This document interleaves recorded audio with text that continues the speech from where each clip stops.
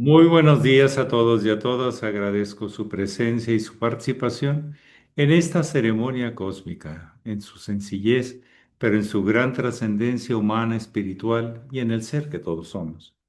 Muy bien, los diálogos están abiertos si ustedes deciden compartir alguna pregunta, algo que les inquieta o alguna experiencia. Adelante, por favor. Es un buen momento.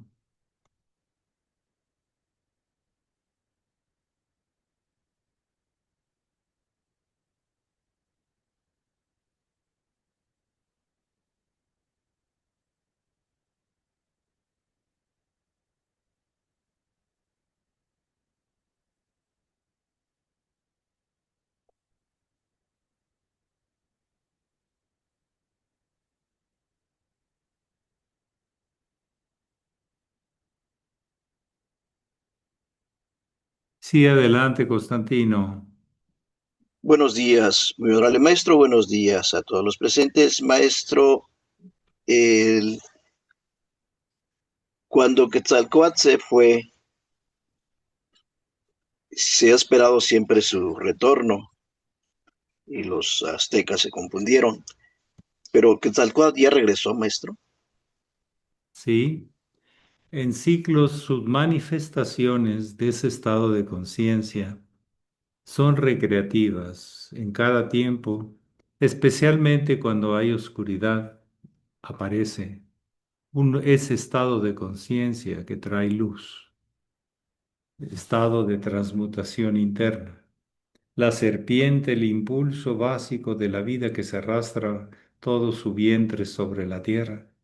Un día entiende que su verdadero origen es en el Ameyocan, en las leyes universales que gobiernan la obra divina. Y entonces emprende el vuelo, el camino, el peregrinaje hacia ese encuentro que está dentro de sí mismo. La serpiente Kundalini o las dos serpientes Kundalinis están dentro de nosotros mismos y están reflejadas en toda la manifestación de la vida. Y de ahí su importancia que ese estado de conciencia traiga luz a todos los seres que la están buscando. Y aún los seres que no la buscan, que quieren haberla encontrado o no les interesa para nada porque están muy apegados a sus cosas, también reciben algo de la influencia de esa gran luz de un Quetzalcóatl. Pero Quetzalcóatl no nace con los aztecas, como usted lo menciona. Quetzalcóatl es mucho más antiguo, viene de sabiduría muy antigua. Y una de sus primeras manifestaciones es en el templo de Quetzalcóatl en Tula y anteriormente en el templo de Quetzalcóatl y de las Quetzalpapalotl en Teotihuacán, no en Tenochtitlan, en Teotihuacán, que fue un centro muy importante donde se integró una gran cultura, los teotihuacanos en sus diferentes etapas. Pero esto de los teotihuacanos viene de 1500 o mucho más antes de la era de Cristo. Los Quetzalcóatl que son mencionados por las crónicas o de que su aparición o su construcción de sus templos, estamos hablando de 1200, 1300 años después de Cristo. O sea que por lo menos hay un lapso de 3000 años que posiblemente ya el reconocimiento de aquellos que lograban esa luz y esa conciencia venían a servir a la humanidad. Es muy importante siempre ese binomio de el cielo y de la tierra, la sabiduría del cielo y la sabiduría de la tierra. La sabiduría del cielo está en aquellos seres que tienen alas y tienen una perspectiva amplísima para ver la vida. Y por otro lado, las ciencias, la sabiduría de la tierra está en la serpiente, en su capacidad de continuar el flujo, la inercia natural de impulsarse sobre sí mismo, a veces sin saber a dónde, pero siempre impulsándose. Son algunas notas sobre su pregunta. Espero que de alguna manera tenga algo de luz sobre su inquietud. Gracias, Mes.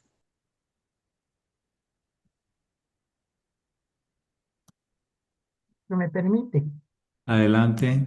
Buenos días a todos. Maestro, se está hablando de Quetzalcóatl. Y yo creo que hay relación entre Quetzalcóatl y Huiracocha. ¿Qué nos puede usted decir? Sí, en el caso de Huiracocha es el sol encarnado en lo humano, o sea, el plan celeste encarnado en el plan terrestre, y con dos cóndores hembras apuntando hacia la tierra, apoyándose en ellas para alcanzar esa unidad. No es exactamente igual, pero va hacia lo mismo, a la unión del ser en lo humano y lo humano en el ser, lo divino, lo celeste y lo terrestre, lo humano, que sería la forma más avanzada en lo terrestre, pero no en lo celeste. Somos bastante ignorantes de lo celeste, de que está en nosotros mismos. Y somos una síntesis de todas esas posibilidades, pero hay que explorarlas, vivirlas, realizarlas. Y para eso el ego tiene que ceder ante la conciencia superior. Bien, ¿alguien más? Gracias, maestro. Sí, el Huiracocha como tal proviene no de los incas, sino de los tiahuanacos, donde está el templo de la luna, la puerta de la luna y del sol. Y ahí aparece la figura de Huiracocha. Y Eran se antes. habla de los tiahuanacos como una cultura muy, muy antigua, pegado al lado Titicaca. Estamos hablando de miles de años antes. Y ya se veía esa configuración de la unión de la tierra y del cielo, de lo humano y de lo celeste. Bien, ¿alguien más que desee compartir o preguntar? Gracias, maestro. A usted.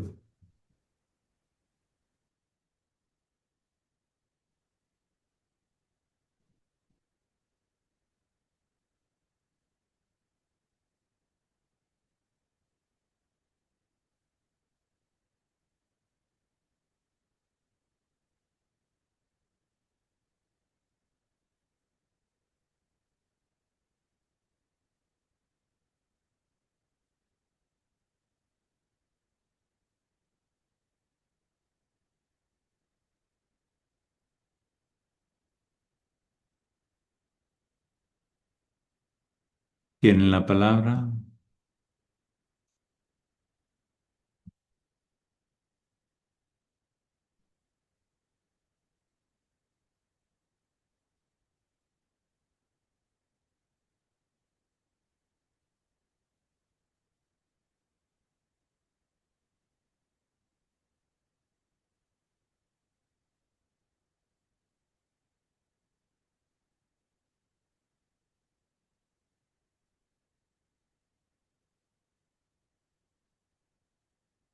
Adelante.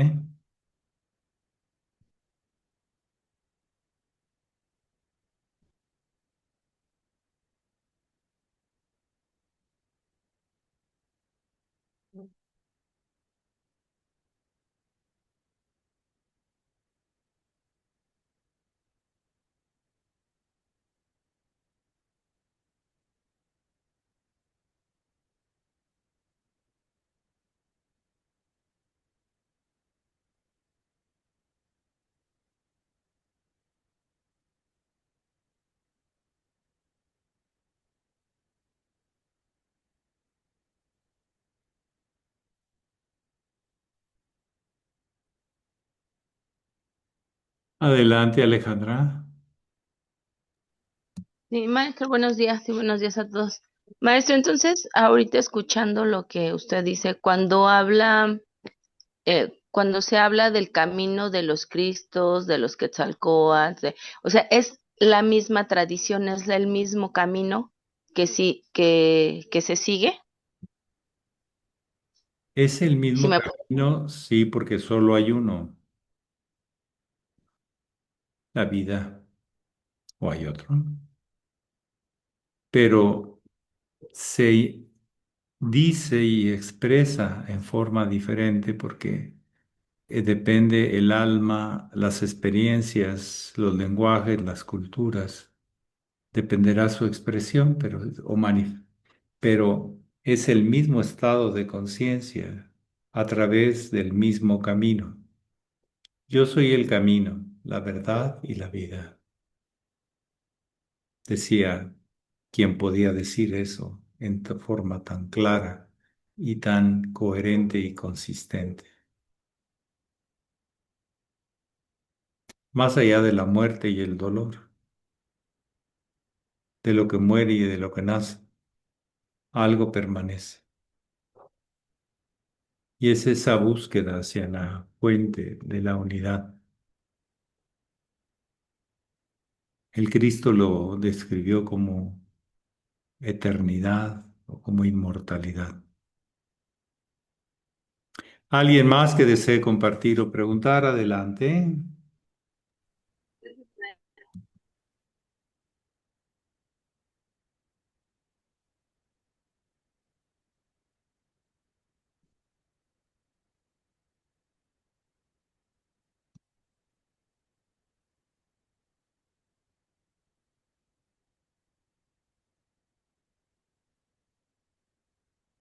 ¿Tienen la palabra?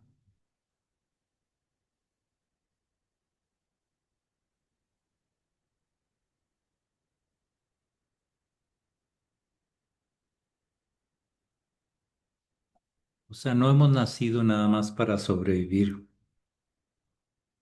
Nacer, desarrollarse, comer mucho, desechar mucho, acumular mucho y luego morir. Ya reproducirnos y morir. ¿Hemos nacido solo para eso? Sería algo incoherente. Tanto esfuerzo, tanta cosa para que no quede nada. No. El concepto del alma, de la continuidad de la vida, reencarnación, el concepto de lo que es el alma como fuente de acumulación de experiencias, de aprendizajes y faltas de aprendizaje, porque el alma también acumula faltas de aprendizaje, sombras, ocultaciones, negaciones, traiciones, crueldades, que podríamos resumir un poco como infamias, cosas que hablan mal de la condición del alma de esa persona. Las traiciones, sobre todo, es lo más grave en el sendero iniciático. Dar la espalda a la luz quiere decir que ahora ya solo sigues tu sombra, no más. Y eso no es que quiero o no quiero, es por ley. El seguir la luz y el seguir la oscuridad es una condición depende del alma, que se vaya con la ilusión o se vaya con la verdad eterna. Hay gente que habla de muy bonito de la omnipresencia divina, pero odia a ciertas personas. No es consistente. O las maltrata. En fin, la vida es como es y es maravillosa y justa. Porque de las peores cosas que puedan suceder en la condición humana, al final hay la esperanza de encontrar algo más que eso, mucho más que mejor, más claro, más significativo y además experiencia de eternidad. Pero hay que estar caminando en el camino iniciático. Y el camino iniciático no es teórico, no es de razones y sin razones. Es más allá que todo eso. Bien, ustedes, decía el hermano mayor, es cuando el ser humano vive de acorde al plan cósmico y eso hay que meterle. Y la iniciación es el conocimiento profundo del plan cósmico. Bien, ustedes tienen la palabra, adelante.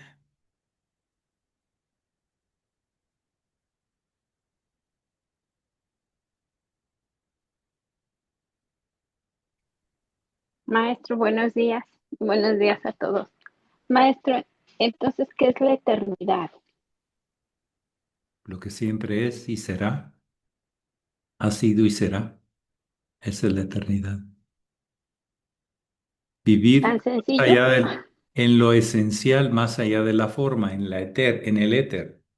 El éter es el vehículo de la luz, así se entiende o se define, de la luz una. Llegar a esa experiencia es vivir en eternidad, ¿m? En la luz, en la unidad. Pero hay que haber transitado y considerado como ilusiones el sufrimiento y la muerte. Es el precio. Y para eso hay que haber dejado todo y que se haga tu voluntad y no la mía. Es una identificación más allá de las formas.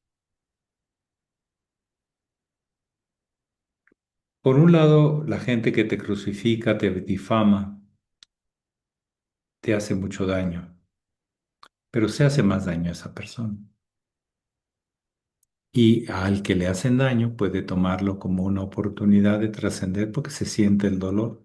No se niega, pero se sabe uno que hay algo mucho más y se afirma en algo mucho más que la forma. La forma es perecedera, muere y nace.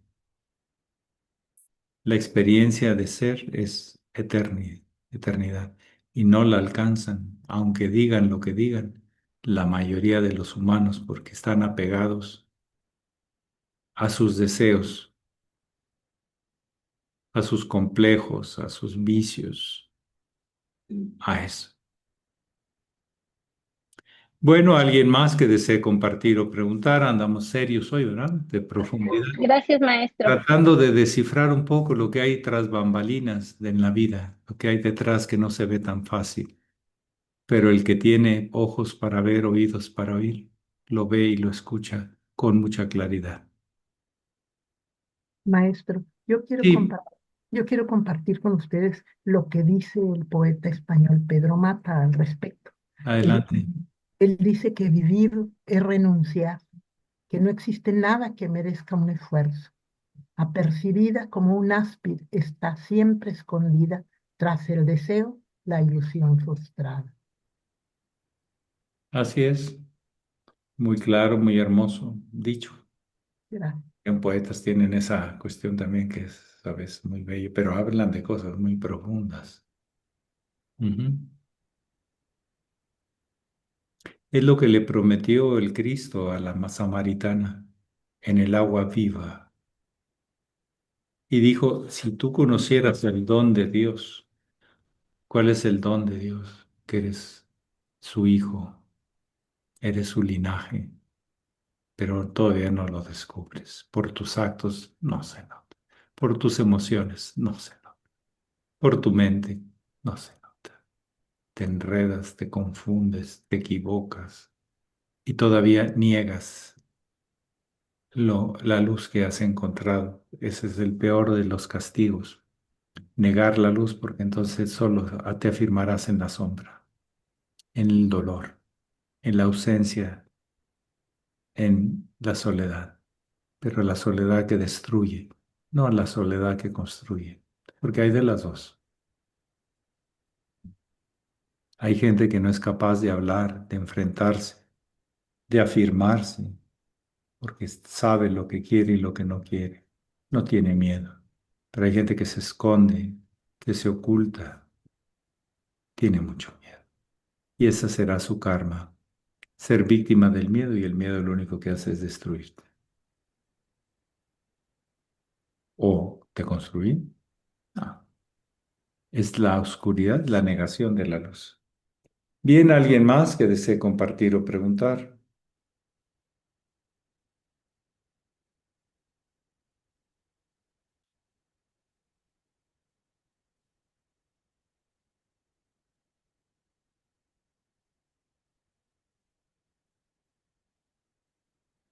Ustedes tienen la palabra. Adelante.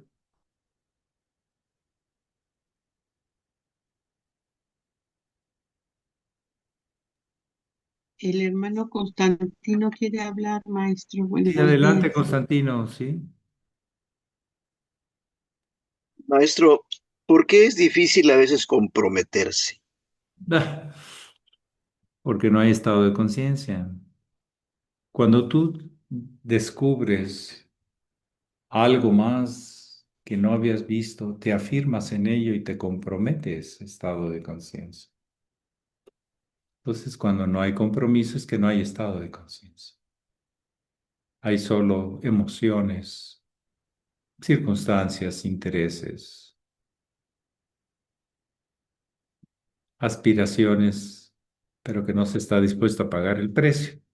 Como decía el señor Cantinflas, ya se me enfrió el cliente cuando vio qué precio tenía que pagar por lo que aspiraba a tener.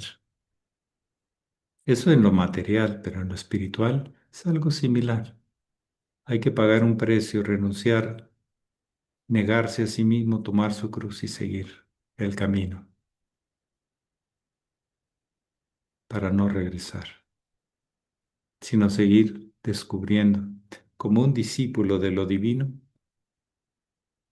el gran linaje, el gran legado de la sabiduría universal, del poder universal.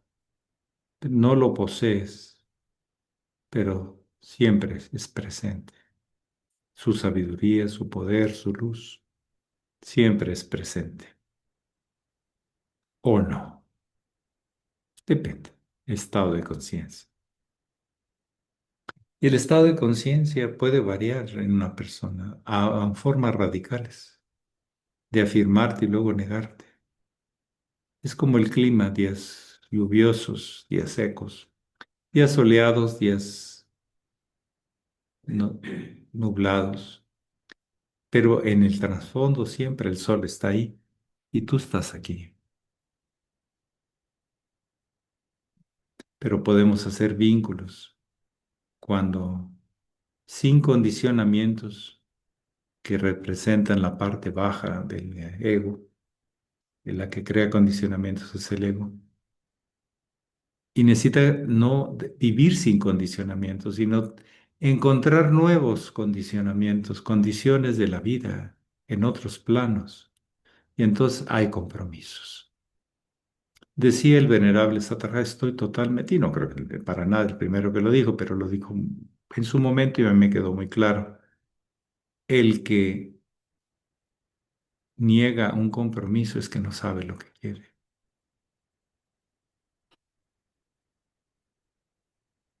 Por lo tanto, vagará golpeándose contra todas las orillas del río, porque no tiene dirección.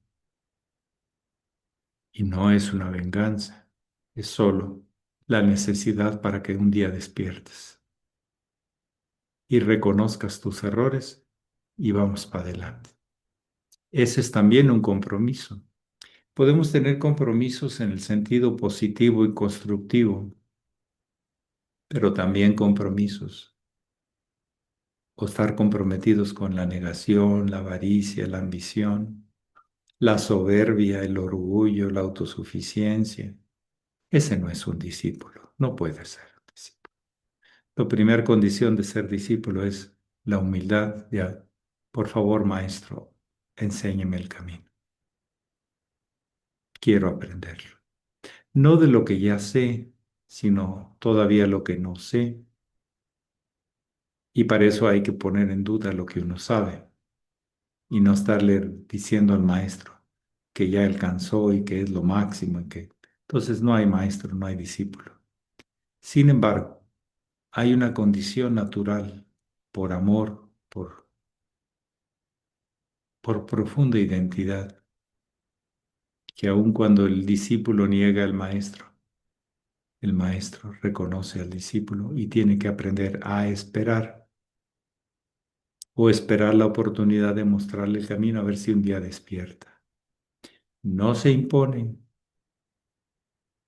no se prohíbe, solo se señala si advierte el camino.